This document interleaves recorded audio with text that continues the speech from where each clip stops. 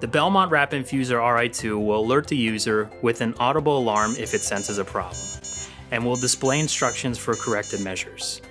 To silence the alarm and return to normal operation, simply follow the instructions on the display. Here are some troubleshooting tips for the alarms you might experience. A fluid out alarm will occur if the operator allows the system to run out of fluid. The Belmont will immediately stop infusion and automatically clamp off the patient line.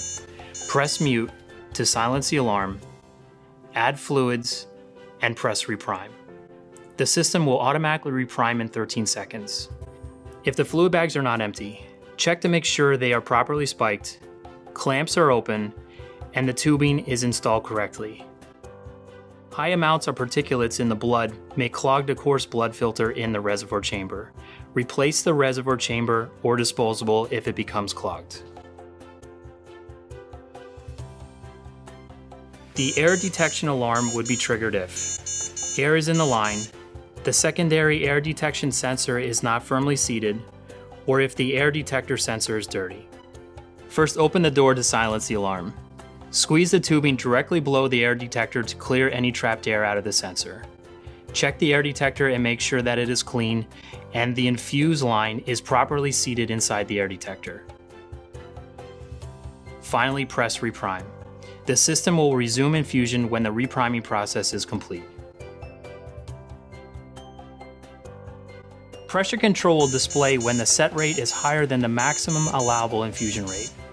Infusion will continue during the pressure control alert, but will be automatically regulated within safe limits. To silence the alarm, press the set rate to match the actual rate.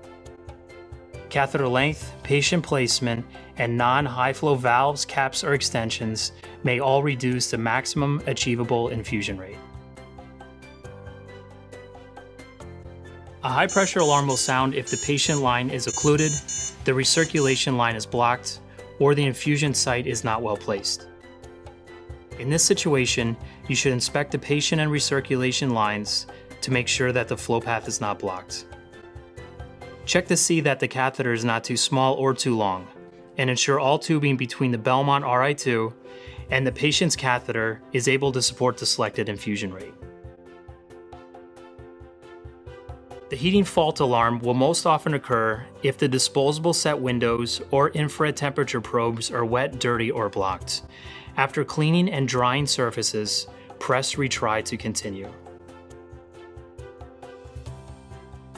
Hardware alarms include heater power readback fault and air detector fault.